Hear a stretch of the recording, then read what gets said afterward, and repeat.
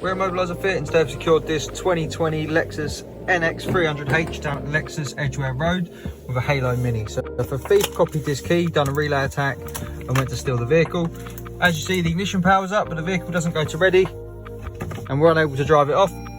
As you see, the hybrid system doesn't activate, they can't drive it off. So what the customer's got to do, keep their foot off the brake, tap the start button twice, pop in a unique code of their choosing. For now we just have 1, 2, 3, 4.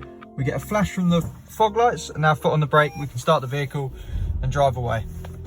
As soon as we get out, we get a double flash. The system is now active, so if we try and just start, as you see, doesn't go to ready, it needs that code. So once again, feet off the pedals, we'll double tap the start button, pop a unique code in, 1, 2, 3, 4.